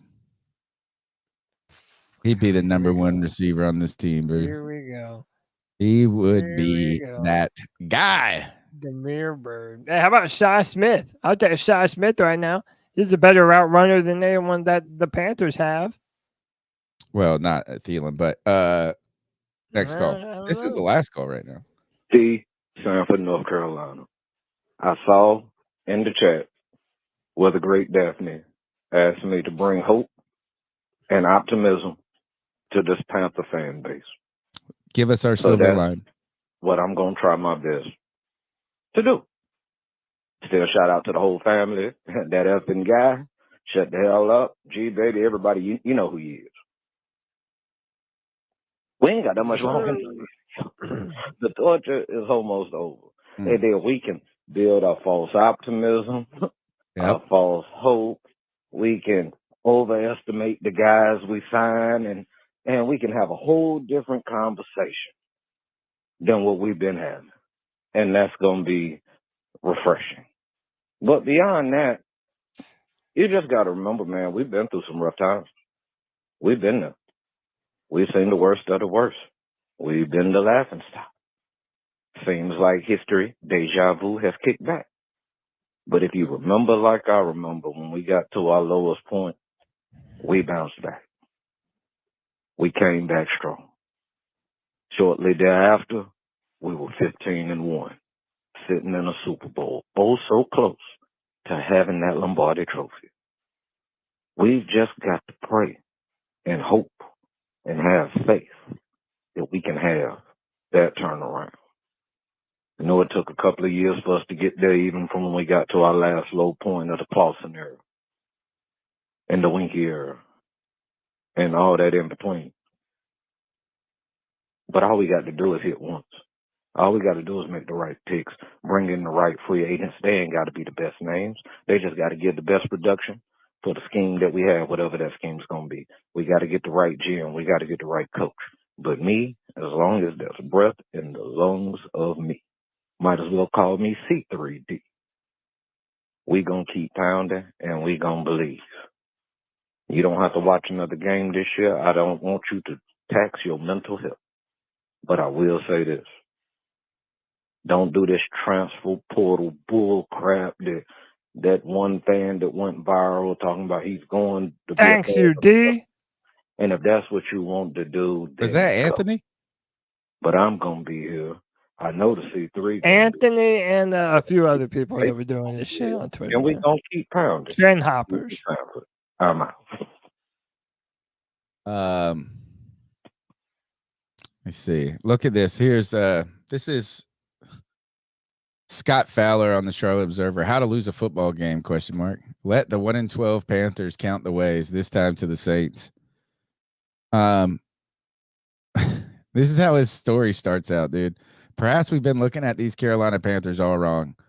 Perhaps rather than ridiculing them for the NFL's worst 1-12 record, we should praise them for the inventive ways that they find to lose each Sunday. He went on to say the Panthers' creativity in capitulating each week, it's extraordinary. The latest example came Sunday as Carolina managed to arrange another array of mistakes into a 28-6 road loss to the Saints. This is terrible, dude. It's terrible.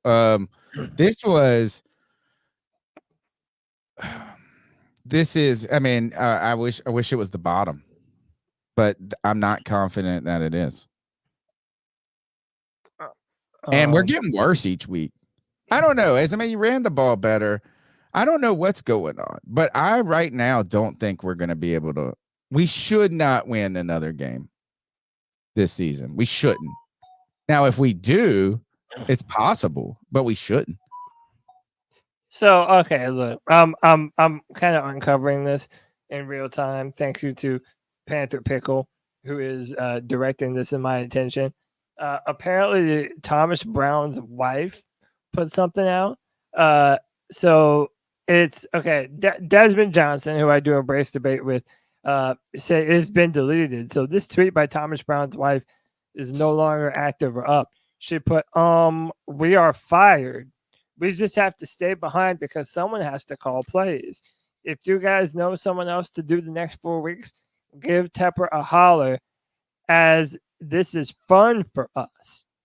And by the way, this tweet is no longer in existence. This was Desmond? Oh, no, Desmond's the one that found it. Yeah, it was the one that found it, and then Pickle sent it to me. I don't know. I think it's clear everybody's fired. I don't know if Desmond's saying that like, oh, he's already been told. No, I think it's just the writings on the wall, dude. His wife said.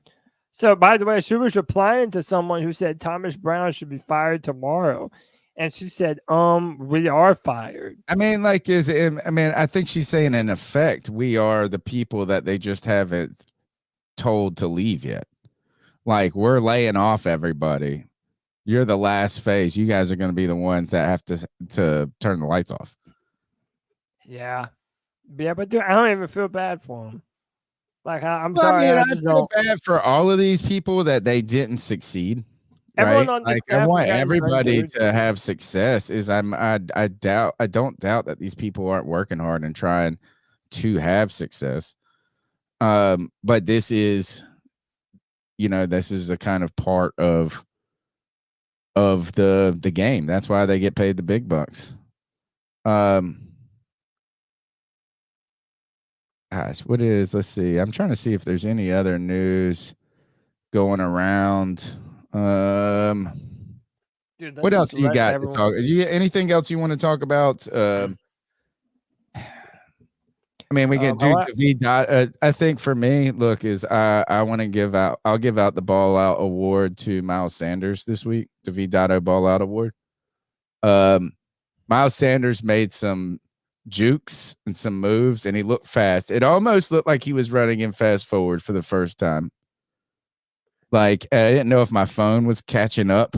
You know what I'm saying? Sometimes it has that little delay, and then it catches up by moving through the screen faster. So I was like, is it fast forwarding Miles or is he faster? And I only think there's only one other person eligible for the award. I hope you give it to him. What for the David Dotto ball out award? Did you say it's easy? Yeah, Chuba Yeah. Hubbard. Oh, okay. I thought you were gonna. I think Derek Brown gets it. Oh yeah, no, 100%. I mean, yeah, Derek Brown. Yeah, no, I feel bad. It does. It deserves to go to Derek. Yeah. Derek looks like a dude. I mean, look. How about this? Games like today, that's when you see why the Panthers drafted him. That's who he was drafted to be. A monster in the He's been middle. the most consistent player for the Panthers over the last And by 3 the way, years. he's never just gotten hurt. better every week too. He gets On a better. defense that's always hurt. He's Mr. Consistent, man. He's out there every single game. Burns is too, though. He's dealt Burns with is injuries, too. but he's played through them. Yeah, but he's also gotten had better. more injuries than Brown. Yeah. All right. Now it's time for Tony's Jabroni. We're gonna need to Cody's mix something. We're gonna need to mix something. We're gonna have to get some clips going. Tony's Jabroni for today is going to be Tony's Jabroni. Yeah, it's just a gluttony of. You know what is? I'm gonna give it to Brian Burns because Gross Matos is more noticeable. It feels like, and he's missed 5 games. Actually, I don't know. Maybe you shouldn't be able to give it to Brian Burns. They didn't have to pass. There was no passing downs. I don't know. Again, I see them running at Brian Burns' side all the time. So, Tony's Jabroni. I'm gonna give it to Blackshear for falling down on that play, but doing the cool spring up. That's my Jabroni. Cody's Jabroni. Yeah. Is Bryce Young. I know Jabroni. it's easy.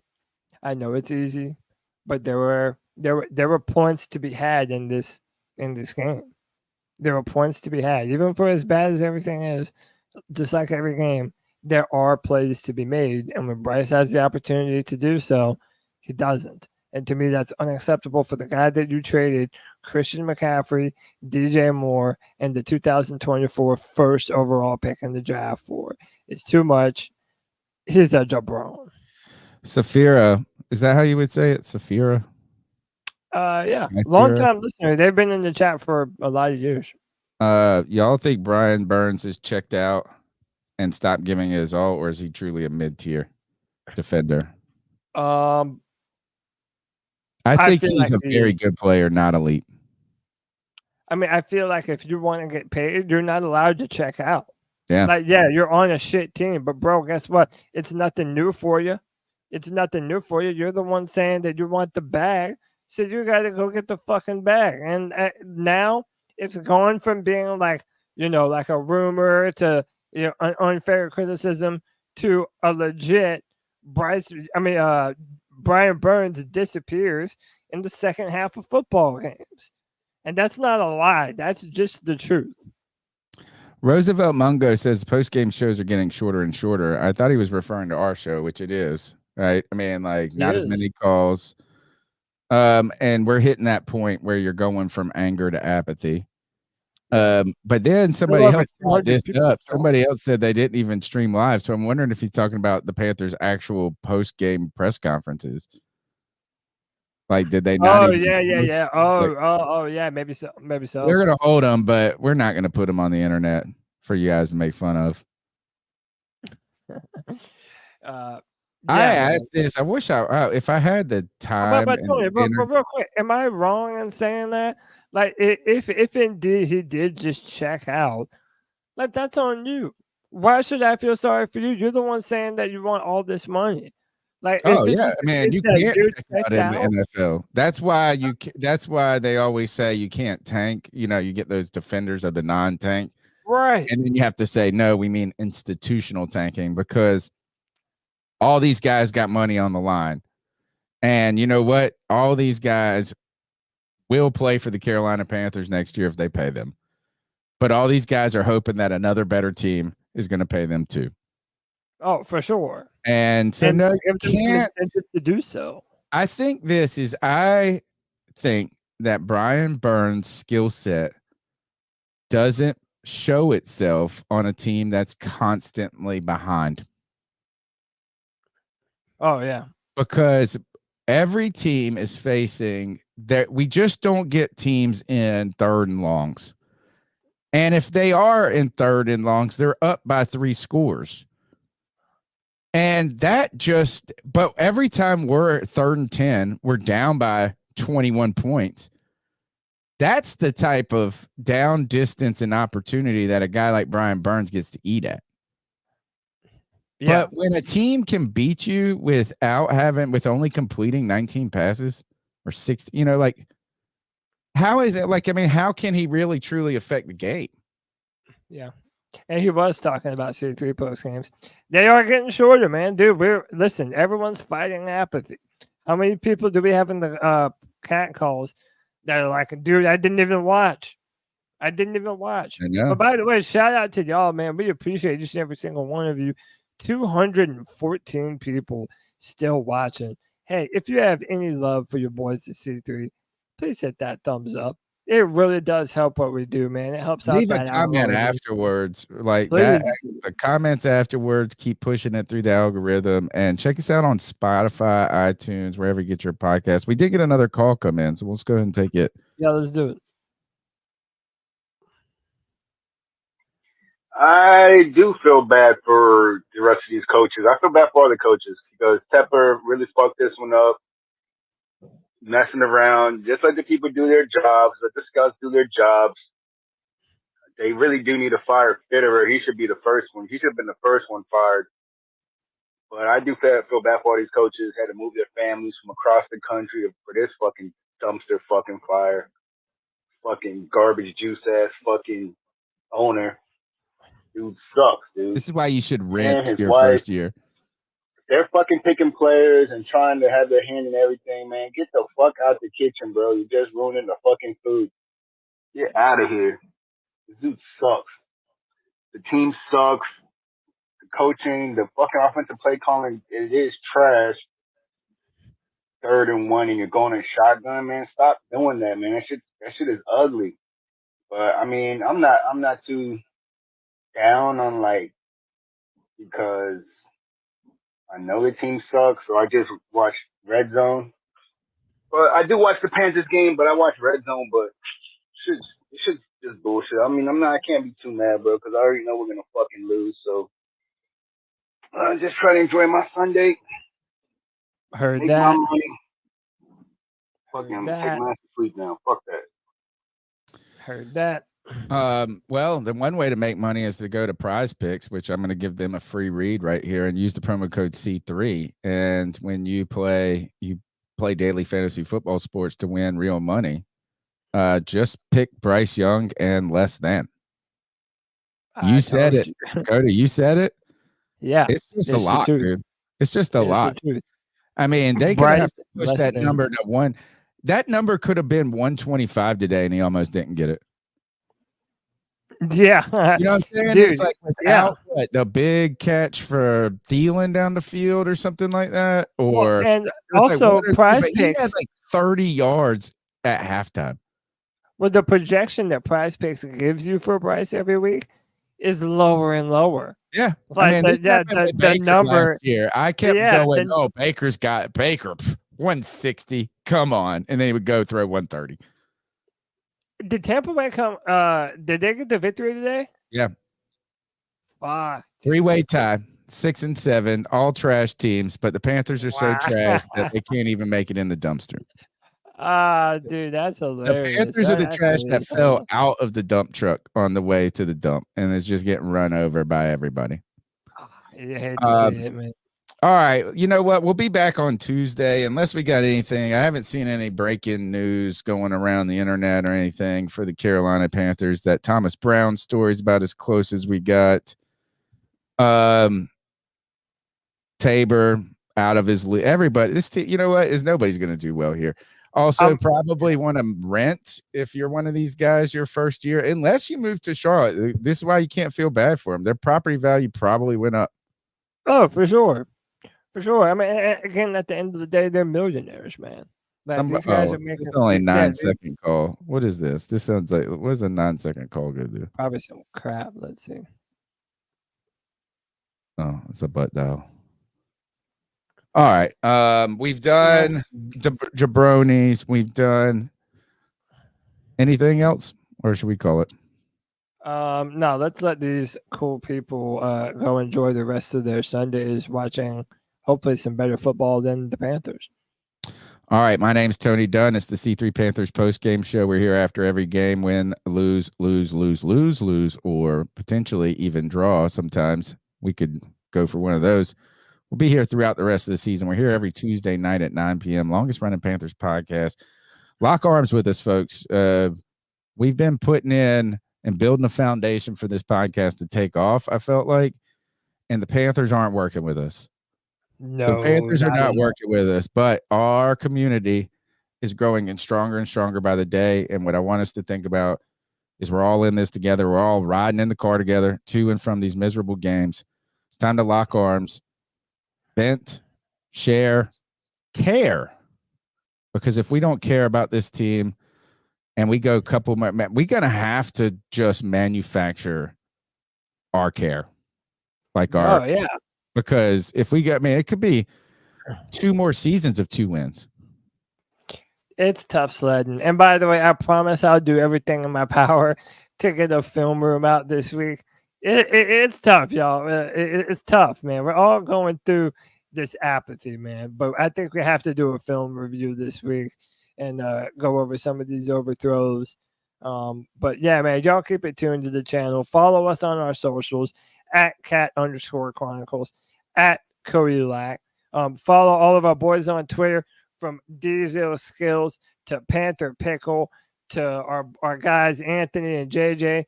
They've been rocking it with those Twitter spaces, doing a fantastic job letting everyone join in on the conversation. And every Friday at 7 p.m. for the Friday Free For All, where we let y'all be a part of the show, man.